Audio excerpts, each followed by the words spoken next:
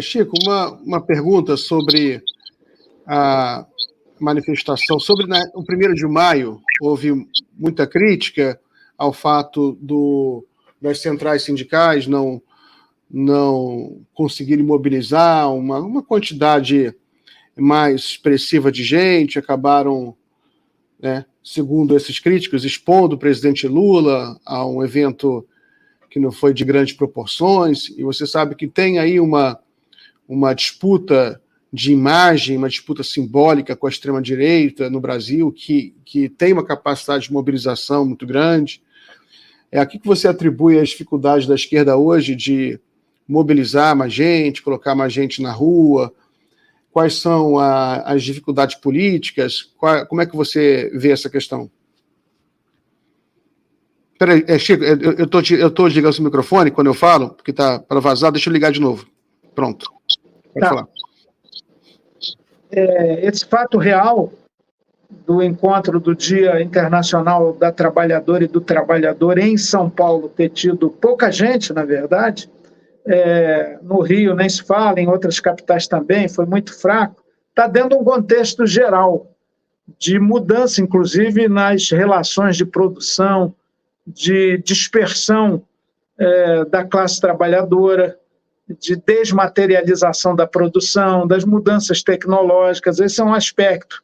Já não há aquele grande chão de fábrica, as massas operárias dos anos 90, onde emergiu um grande líder sindical metalúrgico, Lula. Tudo isso mudou muito. Então, hoje em dia, de um lado, há isso, uma capacidade de mobilização pelos sindicatos muito menor.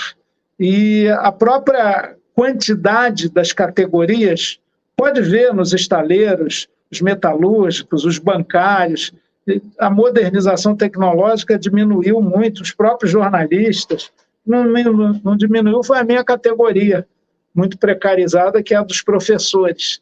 E professor é trabalhadora também. Mas mudou o perfil da classe trabalhadora brasileira, tem muito cuentapropista, como dizem em Cuba, tem muito autônomo, tem muita gente de aplicativos, tem muita uberização do trabalho, o que dispersa a própria classe.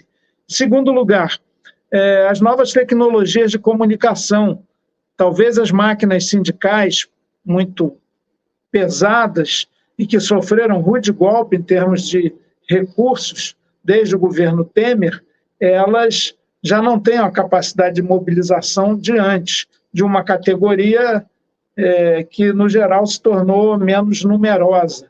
E muitos setores, até o que a gente chama socialmente de classe média, não se percebem como da classe trabalhadora. Por fim, quando se é governo, sempre há um elemento de acomodação, né? Você veja, eu vou comparar, Portugal teve o 25 de abril mais mobilizado da sua história, desde 1974 agora, quando se celebrou 50 anos da Revolução dos Cravos contra a ditadura salazarista de quase meio século. Por quê? Porque foi uma reação assustada quanto ao crescimento da extrema-direita em Portugal. O partido lá da extrema-direita, o Chega, elegeu, me parece, 50 deputados para o parlamento, tornou-se a terceira força política do país. Aí, nesse sufoco, nesse susto, nessa preocupação, há uma mobilização maior. E perdeu-se, inclusive, maioria para governar. Vai ser um governo de centro-direita lá em Portugal. Aqui nós voltamos ao poder, esse campo progressista, essa frente democrática amplíssima, e aí gera uma certa acomodação, assim como nos 8 anos de Lula, nos 6 anos de Dilma, se desprezou muito o chamado trabalho de base, alguns grandes programas de educação popular, tudo isso foi deixado meio de lado, né?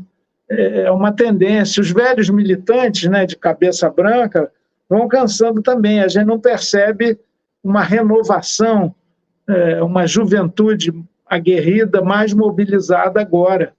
O show da Madonna aqui no Rio, todo mundo vai querer ir, 1,5 milhão na praça, um ícone pop, rebelde do grande capital, sem nenhum deslustre as qualidades artísticas da Madonna, mas é um mega espetáculo na sociedade do espetáculo que mobiliza muita gente. Eu gostaria muito de que a política, com utopia, com vir a ser, com o ecossocialismo, com a transformação do mundo, imantasse, atraísse, mobilizasse, tanto quanto Madonna e outros que tais, financiados por Itaú e tal. Não nós, não os ecossocialistas.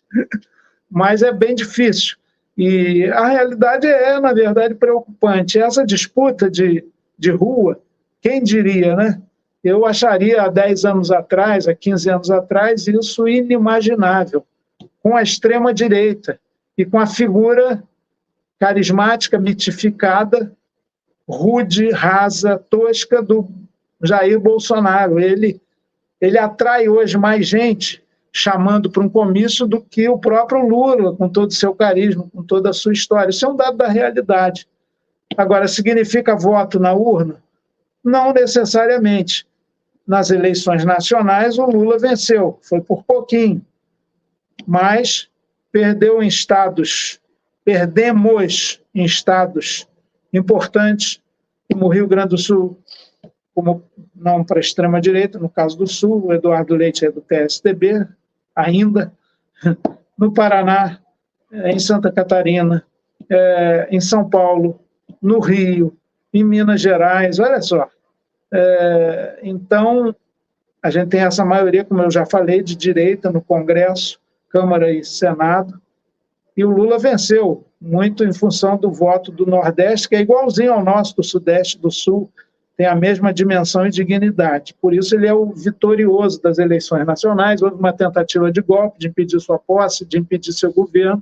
Felizmente derrotamos esse golpismo. É preciso condenação sem anistia, é preciso que o processo de investigação se conclua para que ninguém ouse nunca mais dar um golpe na nossa Carta de Civilidade, que é a Constituição brasileira, tão desrespeitada por Bolsonaro.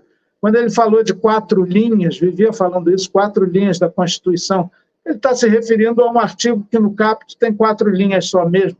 A Constituição tem centenas, milhares de linhas, que é o 142 da intervenção militar dita constitucional, que o Supremo já considerou completamente inadequada nessa interpretação que autoriza intervenção militar contra governos eleitos. Isso está fora, isso é golpismo, isso é crime. Agora, a gente tem que ter massa crítica crescente para entender isso. O trabalho é, mais do que nunca, político-pedagógico, no dia a dia, conversando com os diferentes e os indiferentes, convencendo os outros. Nós aqui no Rio temos uma experiência bem bacana, simplesinha, a gente bota um caixotinho, vai para o centro da cidade, está muito esvaziado desde a pandemia, mas tem gente que trabalha lá também, circula de todos os bairros, de todas as regiões até do estado. Sexta-feira a gente sobe no caixotinho e presta conta dos nossos mandatos, conversa sobre política. Isso é muito bom, tem um caráter educativo. Hoje mesmo fizemos isso.